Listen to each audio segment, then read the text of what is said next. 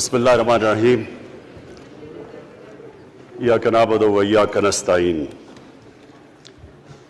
میں سب سے پہلے اپنی الائڈ پارٹیز، اپنے اتحادیوں کا دل سے شکریہ ادا کرتا ہوں کہ ابھی بھی اور ہر مشکل وقت میں جس طرح آپ میرے ساتھ کھڑے رہے ہیں، آپ کا بہت بہت شکریہ۔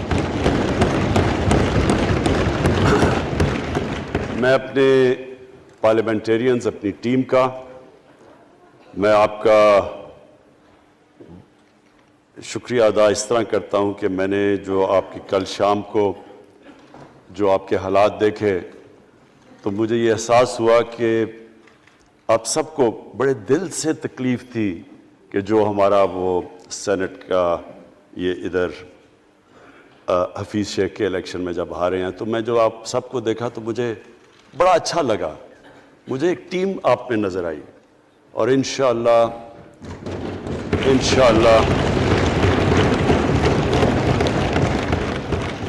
یہ ہماری ٹیم مضبوط ہوتی جائے گی، کیونکہ دیکھیں اللہ کہتا ہے کہ میں تمہارے ایمان کو بار بار آزماؤں گا۔ اللہ قرآن شریف میں ہمیں کہتا ہے۔ وہ کیوں کہتا ہے؟ وہ آپ کے ایمان کو آزماتا ہے مضبوط کرنے کے لیے۔ جب آپ ایک مشکل وقت سے نکلتے ہیں آپ اور مضبوط ہو جاتے ہیں۔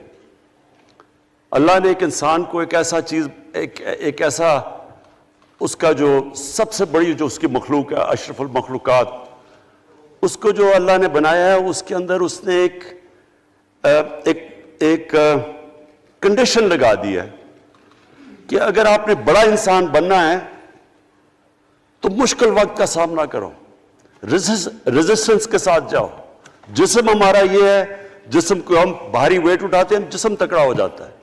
ذہن کو جتنا ہم آزمائیں گے اور آزمائشوں میں ڈالیں گے، سب سے بڑا جو پاور ہاؤس ہے وہ ہمارا ذہن ہے، وہ اور تکڑا ہو جاتا ہے، انسان تکڑا ہو جاتا ہے۔ پارٹی بھی تب تکڑی ہوتی ہے جب وہ مشکل وقت سے نکلتی ہے۔ آپ نے کسی کو تباہ کرنا ہے تو اس کو آرام کی زندگی دے دو، وہ تباہ ہو جاتا ہے، ڈکے کر جاتا ہے انسان۔ تو میں اپنی پارٹی کو آج خراج تحسین پیش کرتا ہوں کہ آپ اس مشکل وقت سے نکلے۔ بڑے مجھے انڈیویجول ایم این ایز کا پتہ ہے کہ انہوں نے کتنی کوشش کی یہاں پہنچنے کے لیے، آج اس ووٹ کے لیے۔ تو میں اور مجھے کئیوں کی طبیعت بھی ٹھیک نہیں تھی، تو میں آپ سب کا آج شکریہ ادا کرتا ہوں۔ آج میں اپنی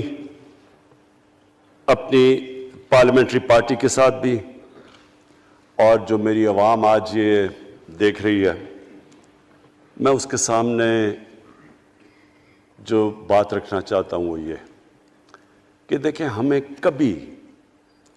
یہ کبھی بھولنا نہیں چاہیے کہ یہ پاکستان کیوں بنا تھا۔ وہ ایک انگریزی کا ایک فریز ہے کہ نیشنز وداؤٹ اے ویژن ڈائی۔ قوم کا جب اپنا مقصد اپنے نظریے سے پیچھے ہٹتی ہے مر جاتی ہے قوم۔ قوم میں کسی مقصد کے لیے بنتی ہے۔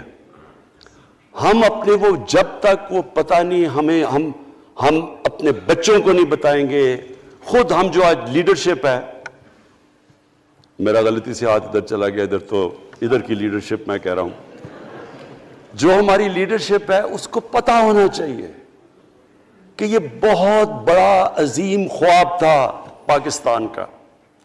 علامہ اقبال کو نہیں پتا تھا کہ اگر پاکستان بنے گا تو آج جس طرح ہمارے 20 کروڑ مسلمان ہندوستان میں رہ جائیں گے، تو وہ تو سارے پاکستان میں نہیں آ سکتے تھے۔ تو علامہ اقبال کا کیا وجہ تھی پاکستان خواب دیکھنے کی؟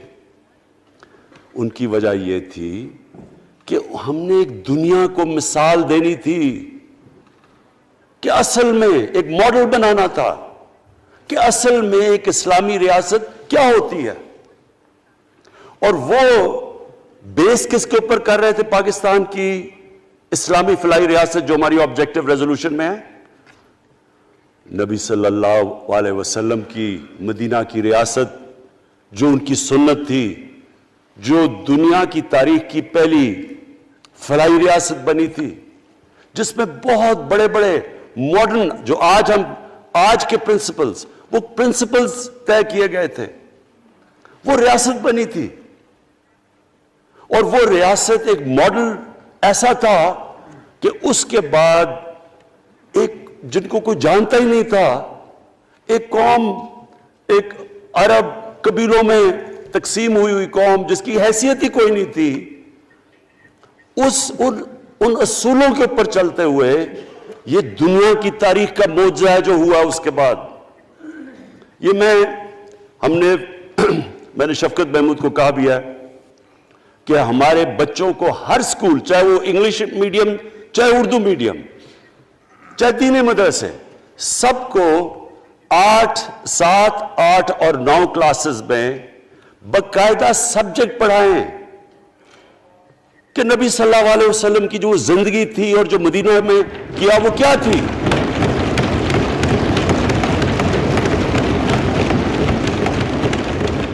تاکہ ان کو پتہ چلے کہ اس ملک کا مقصد کیا تھا. بڑے لوگ جو پاکستان نہیں چاہتے تھے وہ کیا کہتے تھے؟ وہ کہتے تھے کہ پاکستان تو بن گیا تو آپ نے تباہ، جو مسلمان ہندوستان میں رہ گئے ان کو آپ نے سیکنڈ کلاس سٹیزن بنا کے چھوڑ دیا. آج بیچارے مسلمانوں سے کیا ہو رہا ہے وہاں؟ تو وہ لوگ کہتے ہیں کہ اگر پاکستان نہ بنتا تو مسلمانوں کی زیادہ طاقت ہونی تھی. ایک ہندوستان میں اس طرح مسلمانوں کا برا حال نہیں ہونا تھا جو آج ہے. یہ ایک آرگیومنٹ دی جاتی ہے. اور اگر ہم پاکستان کو جس مقصد کے لیے بنا تھا اگر ہم ادھر نہیں لے کے جائیں گے تو وہ ٹھیک کہہ رہے ہیں. یہ تو نہیں تھا کہ وہاں ٹاٹا برلا تھے جو اربوں پتی اور یہاں یہ شریف اور زرداری اربوں پتی بن جائیں. اس لیے تو نہیں پاکستان بنا تھا. یہ بڑی ہمیں ری الائن کرنا چاہیے اپنے نظریے کی طرف. ہمیں اپنا رخ چینج کرنا چاہیے واپس کہ یہ بڑا عظیم خواب تھا پاکستان کا. اور وہ جو تاریخ تھی، وہ جو اصول انہوں نے سیٹ اپ کیے، جن لوگوں کی حیثیت ہی نہیں تھی، یہ تاریخ کا حصہ ہے کہ اس کے بعد انہوں نے دیکھتے دیکھتے 15، 20، 30 سالوں کے اندر دنیا کی امامت کی. صرف امامت ہی نہیں کہ وہ تو منگولیوں نے بھی دنیا بڑی جلدی سے فتح کر لی تھی. چنگیز خان نے بھی بڑی جلدی اس کی فوجوں نے فتح کر لی تھی. 100 سال کے بعد وہ ختم ہو گئے تھے. انہوں نے ایک دنیا کی عظیم سیویلائزیشن، جو ٹاپ سائنٹسٹ تھے، سارے دنیا کے ٹاپ سائنسدان، ایک عظیم کلچر. اور سب سے بڑی بات جو آج میں یہ کہنا چاہتا ہوں، انہوں نے اخلاقیات، ایک مورل سٹینڈرڈ سیٹ کی دنیا میں. جب مسلمان گئے انڈونیشیا اور ملیشیا، وہاں تو کوئی مسلمان کی فوج نہیں گئی، وہاں تو کوئی تلواروں سے نہیں فتح کیا. مسلمان تاجروں کا وہاں کردار دیکھ کے لوگ حیران ہو گئے کہ یہ کون لوگ آئے ہیں جو بالکل ان کی مورالٹی ایسی، نہ وہ کوئی دغا بازی کرتے تھے، نہ وہ کوئی دھوکہ دیتے تھے، اپنی زبان پہ کھڑے ہو جاتے تھے. لوگ ان سے امپریس ہو گئے کہ کون سی قوم ہے. دیکھیں اسلام ہم غلط فہمی میں ہیں، یہ سمجھتا ہے کہ جی تلوار سے اسلام پھیلا تھا. اسلام پھیلا تھا کہ وہ ایک انسان کے کیریکٹر کو ریفارم کرنے آیا تھا. ہم جب اللہ سے مانگتے ہیں، ہم نماز میں ایک ہی چیز مانگتے ہیں کہ اللہ ان کے راستے پہ لگا جن کے تو نے نعمتیں بخشی، ان کے نہیں جو غلط تباہی کے راستے پہ چلے گئے. صرف نماز میں ہم یہ چیز مانگتے ہیں، ہر روز ہم پڑھ کے یہ مانگتے ہیں. یہ 2 راستے ہیں، ایک ہے تباہی کا راستہ، ایک ہے عظمت کا راستہ. نعمتیں کس کو بخشی؟ اللہ کے پیغمبروں کو. اور جو دنیا کا سب سے عظیم انسان، جو دنیا کا سب سے عظیم لیڈر، جس کو اللہ نے سب سے زیادہ نعمتیں بخشی، ہمارے نبی صلی اللہ علیہ وسلم. نہ کبھی اس طرح کا انسان آیا ہے، نہ کبھی آ سکتا ہے. تو ہمیں راستہ بتایا کہ ایک ان کا راستہ ہے اور ایک دوسرا راستہ ہے، تباہی کا راستہ ہے. اور وہ جو ان کے راستے پہ چلتا گیا وہ ایک عظیم انسان بنتا گیا. ایک کتاب ہے، میں اپنے لوگوں کو ریکمینڈ بھی کرتا ہوں، کہ دی عرب کانکویسٹ، وہ پڑھنے والی کتاب ہے. اس میں بتاتے ہیں کہ جب مسلمان ایک دم دیکھتے دیکھتے دنیا میں پھیل گئے تو کوئی ایک آدمی نہیں تھا. ایک تو بڑے عظیم سپہ سالار تھا خالد بن ولید، لیکن وہ جو بھی بنتا تھا وہ جنرل عظیم بن جاتا تھا. وہ اس کتاب کے اندر لکھی انگریز نے ہے. وہ کہتا ہے اس کی کوئی ایکسپلینیشن نہیں ہے کہ یہ کیسے ساری دنیا پہ چھا گئے. نہ ان کے پاس کوئی لیٹسٹ ویپنز تھے، ایک طرف رومنز تھے، دوسری طرف پرشینز تھے، وہ تو سپر پاورز تھے، ہتھیار تو ان کے پاس تھے. نہ ان کے پاس ہتھیار، نمبرز میں بھی وہ زیادہ تھے، ان کی فوجیں بھی زیادہ تھیں، لیکن وہ ساری دنیا پہ پھیل گئے اور ایک ایسا سویلائزیشن بنا کہ زیادہ تر تو مسلمان نہیں تھے، وہ بھی ان کو مانتے تھے، کیونکہ ان کی اخلاقیات، ان کا عدل اور انصاف کا نظام، ان کا کیریکٹر، اس کی وجہ سے لوگ آئے ہیں. یہاں جو ہندوستان میں اسلام پھیلا ہے، یہ ہمارے جو بڑے بڑے بزرگ تھے، داتا صاحب، بلے شاہ، نظام الدین اولیاء اور بابا فرید، یہ لوگ تھے. ان کو لوگ دیکھ کے، ان کے کردار سے، ان کے انٹلیکٹ، انسانیت سے لوگ مسلمان ہوئے. تو ہم آج، میں جو یہ سینٹ الیکشن ہوا ہے، میں اپنی قوم کو یہاں، یعنی مجھے شرمندگی ہوتی ہے اسپیکر صاحب کہ ہم وہ خواب اور کدھر بکرا منڈی بنی ہوئی ہے ایک لوگوں کو خریدنے کے لیے سب کے سامنے. یعنی ہمیں ایک مہینے سے پتا تھا کہ پیسہ جمع کیا جا رہا ہے اس سینٹ الیکشن میں، اور مجھے حیرت ہوئی کہ الیکشن کمیشن کہتا ہے کہ جی یہ تو پتہ نہیں کوئی ہم آزاد انسٹیٹیوشن ہے یا میں ان کی کوئی آزادی کے اوپر لے رہا تھا، یا جی بڑا زبردست الیکشن. اچھا کہتے جی بڑا اچھا الیکشن کروایا. یہ مجھے اور اس سے تو مجھے اور صدمہ ہوا ہے کہ اگر یہ الیکشن اچھا آپ نے کروایا ہے تو پتہ نہیں برا الیکشن کیا ہوتا ہے.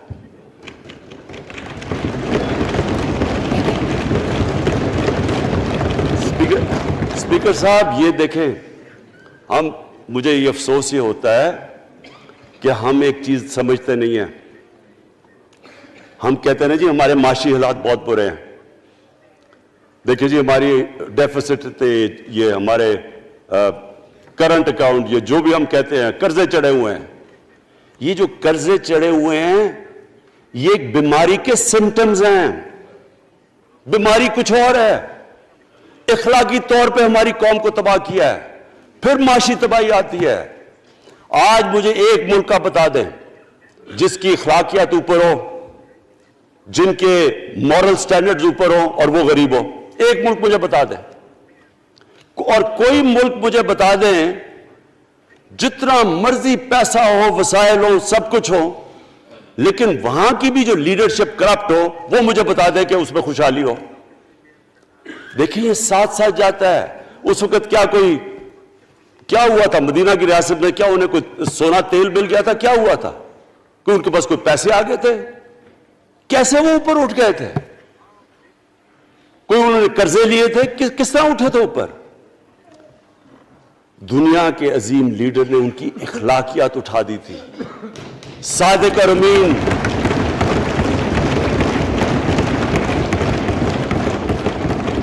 ایک قوم، انہوں نے ہمیں بتایا. ہمیں قرآن میں اللہ حکم کرتا ہے کہ ان کی سنت پہ چلو.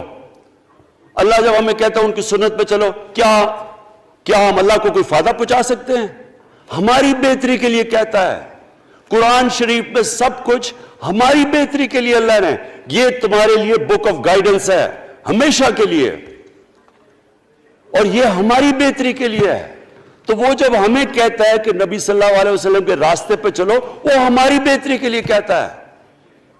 اور میں، جس نے اس عمر میں ساری دنیا دیکھ لیا ہے، اسپیکر صاحب میں آپ کو بتاؤں مجھے تکلیف ہوتی ہے دیکھ کے. جب میں یہ مغربی ملکوں میں جاتا ہوں، اسکینڈینیویا میں، سوئٹزرلینڈ میں، آپ وہاں کے اخلاقی سٹینڈرڈز دیکھیں، ان کی مورل سٹینڈنگز دیکھیں، شرم آئے گی آپ کو کہ جو ہمارے ملک میں ہو رہا ہے. اور یہ جو سینٹ کا الیکشن ہوا ہے، آپ کو افسوس ہوگا کہ ہم وہ کس کی امت ہیں ہم؟ کس کی امت ہیں؟ کس کے نام پہ پاکستان کا مطلب کیا؟ لا الہ الا اللہ، اس پہ یہ ہمارا ملک بنا تھا۔ اور آج دیکھیں ایک کرپٹ آدمی، دنیا میں ثابت کیا ہوا کرپٹ آدمی آصف زرداری، دنیا میں اس کے اوپر لکھا ہوا کہ مسٹر 10%، مضمون لکھے ہوئے ہیں، فلمیں بنی ہوئی ہیں اس کے اوپر، اور اس ملک میں لوگ کہیں جی ایک زرداری سب پہ بھاری، کیا کہ وہ رشوت دیتا تھا اس لیے سب پہ بھاری ہو گیا؟ کیا یہ ہمارا ملک؟ دوسری طرف دیکھیں، دوسری طرف یہاں بیٹھے ہوئے ہمارا لیڈر نواز شریف، اور نواز شریف ایک ڈاکو، ملک کو 30 سال سے لوٹ کے ملک سے باہر بھاگا ہوا ہے، جھوٹ بول کے باہر بھاگا ہوا ہے، سارے ملک کے سامنے ہمیں کیبنٹ میں ہم نے 6 گھنٹے میں بتایا جی اس کو یہ بھی بیماری ہے، اس کو یہ بھی بیماری ہے، اس کو یہ بھی بیماری ہے، وہ شاید وہ جہاز پہ بھی نہ چڑھ سکے، وہ شاید مر جائے گا۔ شیرین کے آنسو آ گئے کیبنٹ میں، اور شیرین کے آنسو آنے آسان کام نہیں ہے اسپیکر صاحب۔ تو ہم نے اس کو وہاں جیسے وہ جہاز پہ چڑھا، جیسے وہاں گیا وہ ایک دم ہی تبدیل، اور آج وہاں جا کے تقریریں کر رہا ہے، وہاں بیٹھ کے اسکیمیں کر رہا ہے، وہاں بیٹھ کے پلاننگ کر کے جی اسے اتنا پیسہ دو، ادھر پیسہ کھلاؤ۔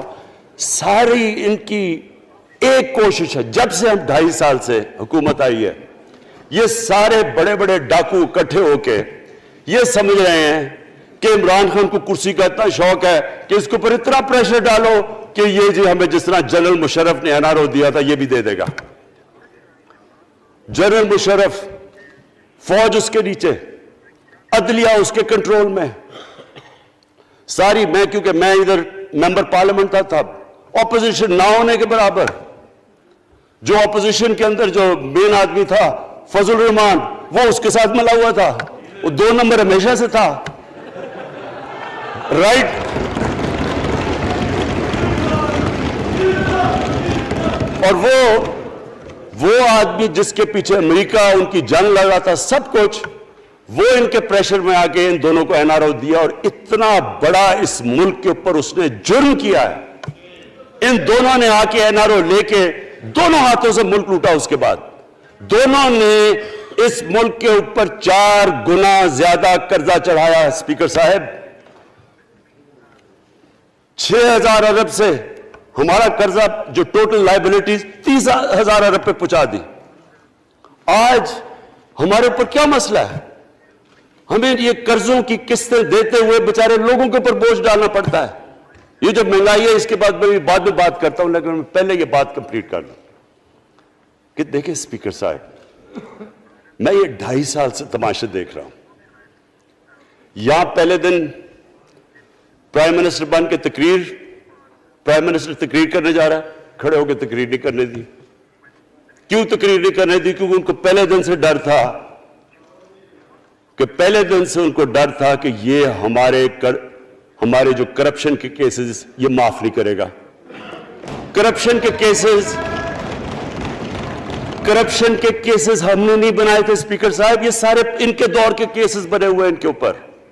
آپس میں تو ان کا مکمکا تھا، اپنا نیب کا چیئرمین آپس میں مل کے کیسز ان کے بند کر رہا ہے۔ عدلیہ اس وقت کی عدلیہ وہ ان کے ہاتھ میں تھی، ان کو تو مسئلہ ہی کوئی نہیں تھا۔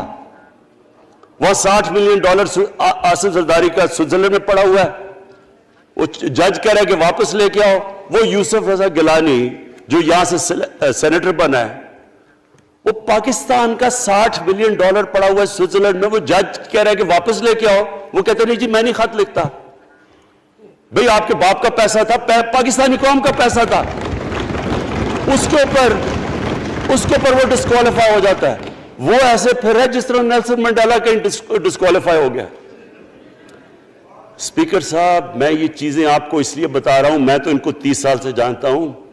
دیکھیں جب تک ہم اس ملک میں اپنی اخلاقیات ٹھیک نہیں کریں گے، مورل سٹینڈرڈز ٹھیک نہیں کریں گے، جب اس طرح کے الیکشن ہوں گے کہ کھل کے پیسہ چل رہا ہے اور ہم کہیں گے نہیں جی وہ پٹواری کیوں پیسے لیتا ہے، تو وہ تھانے دار کیوں پیسے لیتا ہے، وہ سرکاری نوکر، وہ تو بیچارہ جو نچلا طبقہ ہے وہ تو واقعی جس طرح شیخ رشید نے کہا ہے، مہنگائی جو بڑی ہے بیچارے لوگوں کی تنخواہ میں گزارا نہیں ہو رہا۔ ان کو ہم کہہ رہے ہیں کہ آپ بالکل ایماندار بنے، اور یہ جن کا اتنا ان کے پاس پیسہ ہے اسپیکر صاحب، میں آپ کو یقین سے کہتا ہوں ان کو خود نہیں پتا کہ ان کا کتنا پیسہ باہر پڑا ہے۔ اتنا 30 سال سے چوری کر رہے ہیں یہ پیسہ، اور 30 سال سے پیسہ چوری کر کے اب ان کی کوشش یہ ہے کہ عمران خان کے اوپر پریشر ڈالو سارے چور مل کے کہ جی کبھی ہم گورنمنٹ گرا دیں گے، کبھی ہم وہ نکلاتے ہیں وہ۔ آپ سوچیں فیٹف کے اوپر، اب فیٹف ہماری وجہ سے تو نہیں فیٹف پہ ہم گرے لسٹ میں آئے، یہ تو نون لیگ کے دور میں گرے لسٹ میں آئے ہیں۔ اب اگر فیٹف کی بلیک لسٹ میں پاکستان جاتا ہے تو یہاں سب کو پتا ہے کہ سینکشنز لگ جائیں گی، تو آگے مشکل سے ہم نے اکانومی کو سٹیبلائز کیا، مشکل سے۔ اگر بلیک لسٹ میں جاتا ہے تو اکانومی سیدھی نیچے۔ آج جو لوگوں کو مشکل پڑی ہوئی ہے، اور مشکل پڑی ہوئی ہے ہمارے لوگوں کو مہنگائی کی، اس کی وجہ یہ ہے کہ ہمارا روپیہ جو تھا تقریباً 107 روپے کا، آج 160 روپے کا۔ تو جب روپیہ گرتا ہے تو ساری چیزیں باہر سے مہنگی ہو جاتی ہیں، پٹرول، ڈیزل، بجلی۔ اب بجلی کی آدھی بجلی ان سے باقی ڈالر کانٹریکٹس کے اوپر بجلی کے کانٹریکٹ سائن کیے ہوئے ہیں، وہ سب کچھ باہر سے، دالیں مہنگی، جو چیز باہر سے امپورٹ کرتے ہیں، گھی مہنگا، ساری چیزیں مہنگی ہو جاتی ہیں۔ تو یہ سوچ لیں کہ اگر ہمارے اوپر سینکشنز لگ جائیں، اگر ہمارے اوپر فیٹف کی سینکشنز لگ جاتی تو یہ تو آپ تو سوچ ہی نہیں سکتے کہ یہ ملک میں کیا حال ہونا تھا۔ تو ہم اپنے ملک کے لیے فیٹف کی ریکوائرمنٹ پر لیجسلیشن کروا رہے ہیں، اور انہوں نے جناب اتنا بڑا وہ ذرا پکڑا، اتنا بڑا وہ لا دیا جی، اتنا بڑا جی، یہ 34 شکیں چینج کر دیں نیب میں۔ اب نیب کا فیٹف سے کیا تعلق ہے؟ انہوں نے سمجھا کیا عمران خان قابو آ گیا، اب تو یہ ڈر کے فیٹف کی بلیک لسٹ سے اب تو جناب ہمیں یہ 34 شکیں سائن کر کے تو نیب کو ختم کر دے گا۔ مطلب یہ کہ صرف ان کی چوری کے کیسز ختم ہو جائیں، بس ون پوائنٹ ایجنڈا ان کا۔ اور میں نے آپ کو پہلے دن یہاں سے کہا تھا، پہلے دن یہاں کھڑے ہو کے میں نے کہا تھا کہ ان کا صرف ون پوائنٹ ایجنڈا، میں ان کو جانتا ہوں، میں ان کو جانتا ہوں، جب یہ سارے اپوزیشن میں میرے ساتھ تھے، ان کا صرف ایک خوف ہے کہ یہ این آر او نہیں دے گا، لہٰذا اس کو اتنا بلیک میل کرو، اور اب فیٹف کے اوپر تو یہ پھنس گیا ہے تو اب اس سے لے لو، اس سے کنسیشن لے لو تاکہ نیب ختم ہو جائے۔ اب سوچیں کیا ان کو ملک کا فکر ہے؟ کیا ان کو نہیں پتا تھا کہ کیا ہونا ہے اگر فیٹف کی بلیک لسٹ پہ چلے جاتے ہیں؟ اس کے بعد انہوں نے جلسے کرنے کی کوشش کی، بڑا جی پبلک نکالیں گے ہم، مینار پاکستان کے اندر جلسہ۔ مینار پاکستان کا یہ جانتے نہیں، دیکھیں ان کے بھی آگئے ایک شہزادہ ایک شہزادی جنہوں نے زندگی میں کبھی کام کیا نہیں ہے، نہ ان کو پتہ ہے کہ سٹرگل ہوتی کیا ہے۔ جناب مینار پاکستان خود ہی اخباروں کے اندر اپنے آپ کو پیسے خرچ کر کے اخباروں میں ذرا نمایاں کر کے جناب انہوں نے مینار پاکستان میں جلسہ کر لیا۔ اب میں تو جانتا ہوں مینار پاکستان، اور میں تو اپنے لاہور کو بھی جانتا ہوں، میں تو اپنے لاہور شہر کو بھی جانتا ہوں۔ وہ لاہور شہر ملک کا کوئی پیسہ چوری کیا ہو اس کے خلاف تو نکلے گا، لیکن بڑے بڑے ڈاکو اگر وہ سمجھ رہے ہیں کہ اپنی چوری بچانے کے لیے لاہور شہر کو نکالیں گے تو وہی ہوا جو ان کے ساتھ مینار پاکستان میں ہوا۔ اب آ کے جو ڈاکٹر فہمیدہ مرزا نے بڑا اچھا آپ کو ایکسپلین کیا، انہوں نے بتایا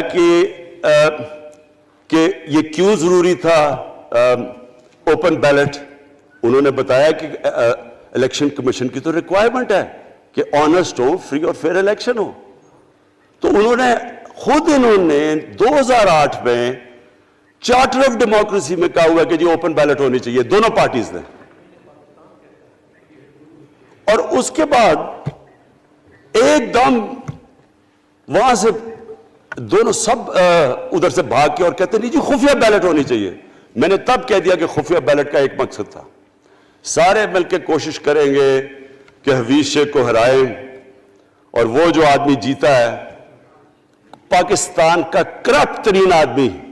میں ایک چیز آپ کو آج کہتا ہوں، یوسف رضا کے آپ صرف ایسٹس دیکھ لیں، پرائم منسٹر بننے سے پہلے تھے اور اس کے بعد کیا ایسٹس ہیں، بس ایک چیز دیکھ لیں، کوئی آپ کو کچھ کرنے کی ضرورت نہیں ہے، آپ کو پتا چلے گا انہوں نے اس نے کیا کیا اپنے زمانے میں۔ تو اس کو لا کے یہاں بٹھا کے تو جناب انہوں نے سارا پیسہ لگا کے, اور ہمیں سب پتا تھا کیا ہو رہا ہے, اور اس کو جا کے جناب انہوں نے ہروا دیا حفیظ شیخ کو.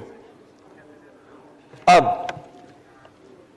کیا پیغام گیا سارے ملک میں اس کا؟ میں نے کیوں یہ آج ووٹ آف کانفیڈنس لی ہے, اس کا کیا پیغام گیا دنیا میں؟ سارے لوگوں کے سامنے اوپن ہارس ٹریڈنگ, لوگوں کو راتوں کو کال کر رہے ہیں, یا میں تو خاص داد دینا چاہتا ہوں, میرے ممبرز بیٹھے ہیں, خواتین بیٹھی ہیں جن کو کالیں گئی ہیں رات کہ جی 2 کروڑ سے ریٹ شروع ہوگا, ہم آپ کو آگے پیسے دیں گے. ان کو ساروں کو پیسے آفر کر رہے ہیں. اور پھر اگر میں صرف الیکشن کمیشن کو ایک چیز کہنا چاہتا ہوں, آپ مہربانی کریں پاکستان کی ایجنسیز سے صرف ایک سیکرٹ بریفنگ لیں, آپ ان کو اندازہ ہوگا کتنا پیسہ چلا اس الیکشن کے اندر, پتہ چلوائیں کیا ہوا اس الیکشن میں, تاکہ آپ اس طرح کی سٹیٹمنٹ نہ دیں کہ جی ہماری کوئی آزادی ختم کر رہی ہے. میں آپ کی آزادی ختم کر رہا ہوں یہ کہہ کے آپ کہ یہ جو الیکشن میں ہوا ہے. اسپیکر صاحب, میں آج اس اوکیزن کے اوپر, کیونکہ مجھے اس پہ کافی, میں 2.5 سال یہ بڑی چیزیں برداشت کرتا رہا ہوں, اور میں اس لیے صبر سے کرتا رہا ہوں کیونکہ ملک اتنا ہمارا مشکل میں ہے. جو ہمیں ٹائم ملا جب میری گورنمنٹ آئی, میں آپ کو یقین سے کہتا ہوں کہ ساری زندگی میری تو سٹرگل میں گزری. جو بھی آپ انسان کسی چیز میں کمپیٹ کرتا ہے, اگر آپ نے ملک میں اپنے سب سے ٹاپ 11 کھلاڑیوں میں پہنچنا ہے تو ایک بہت سارے ملک میں مقابلہ کر کے آپ وہاں پہنچے, اس میں ایک بڑی سٹرگل ہوتی ہے, اونچ نیچ ہوتی ہے بڑی. اور پھر اگر آپ کو دنیا کے لیول پہ آپ کو اپنا, اگر آپ کو منوانا ہے, اس کی اور ایک سٹرگل ہوتی ہے. اور میری اس سے زیادہ بڑی سٹرگل تھی کہ ایک آدمی جا کے ہاسپٹل بنانے کی کوشش کرے, اور وہ بھی کینسر ہاسپٹل, تو ایک وہ بہت بڑی سٹرگل تھی. پھر پالیٹکس میں لمبی سٹرگل رہی ہے, اکیلا تھوڑا سے لوگوں کے ساتھ شروع ہوا تھا, اور سٹرگل کر کے 14-15 سال تو مذاق اڑتا تھا میرا, سارے ہنستے تھے جب نام سنتے تھے میرا. تو ایک سٹرگل کر کے یہاں پہنچا ہوں. جو یہ 2.5 سال میں اسپیکر صاحب میں نے سٹرگل کی ہے, یہ میری زندگی کی سب سے مشکل سٹرگل تھی. اور کیوں مشکل تھی؟ کیونکہ جو یہ 10 سال میں اس کو ڈیکیڈ آف ڈارکنس کہتا ہوں, ایک انہوں نے ادارہ تباہ کیا. صرف 10 سال پہلے اداروں کے حال دیکھ لیں, کوئی ادارہ اٹھا لیں, پی آئی لے لیں, ریلوے لیں, سٹیل مل 8 ارب روپے کا پروفٹ لے کے بیٹھی ہوئی تھی. 8 ارب روپیہ سٹیل مل میں پروفٹ تھا جب تک کہ زرداری نے ہاتھ نہیں مارا اس کو. اپنا وہ ریاض لال جی فرنٹ مین رکھ کے ہمارے سامنے, میرے پاس آئے لوگ چیمبر والے, انہوں نے کہا جی یہ سٹیل مل سستی بلٹس اس کو بھیجا, اس کے تھرو پیسے دے رہا ہے. وہ سٹیل مل آج بند پڑی ہے. ایک ادارہ انہوں نے تباہ کیا, بھرتیاں کی لوگوں کی. وہ ادارے اتنے بڑے بڑے ہو گئے ہیں کہ وہاں پینشنز ہی اتنی آ گئی ہے کہ کچھ بچتا نہیں ہے سیلریز اور پینشن کے بعد کے ادارے کو ٹھیک کر سکے. ایک ادارہ تباہ کیا. ملک کا سب سے بڑا جو کرنٹ اکاؤنٹ ڈیفیسٹ, جس کے اوپر سارا پریشر پڑتا ہے, اگر آپ کا کرنٹ اکاؤنٹ یعنی کہ ڈالر زیادہ ملک سے باہر جا رہے ہیں اور کم اندر آ رہے ہیں, تو پریشر روپے پہ پڑتا ہے, وہ گر جاتا ہے. تو وہ میں آپ کو بتا, جب روپیہ گرتا ہے تو غربت پھیل جاتی ہے ملک میں. تو سب سے بڑا current account deficit, fiscal deficits جو کہ آپ کی آمدنی اور خرچے, وہ بڑا ڈیفیسٹ. سارے ادارے خسارے میں. پاور کانٹریکٹس جو انہوں نے سائن کیے اسپیکر صاحب, یہ عمر ایوب آپ کو بتائے گا, وہ یعنی ایسے لگ رہا تھا کہ کسی دشمن نے آ کے ایک ملک کو نقصان پہنچانے کے لیے پاور کانٹریکٹ سائن کیے. ان کے اندر وہی پاور پروجیکٹس آپ کہیں اور دیکھ لیں, کسی اور ملک میں, بلکہ اپنے ملک میں دیکھ لیں, اور وہ دیکھیں کہ انہوں نے کس پیسے بنائے, وہ کس پیسے پہ. گیس کا کانٹریکٹ سائن کیا ہم نے آ کے اسی ملک سے 30% کم پیسے پہ گیس کا کانٹریکٹ سائن کیا, ان کا ہی کانٹریکٹ چینج کیا. ساری گورنمنٹ, جب اوپر سے پرائم منسٹر لگا ہوا پیسے بنانے. پرائم منسٹر ایک نوکری کر رہا ہے کس کے لیے؟ ایک دبئی کی کمپنی کے لیے. کبھی دنیا میں سنا ہے اس طرح؟ کبھی یہ مذاق سنا ہے جی کہ ملک کا پرائم منسٹر کسی دنیا کو دبئی کی کمپنی کے اندر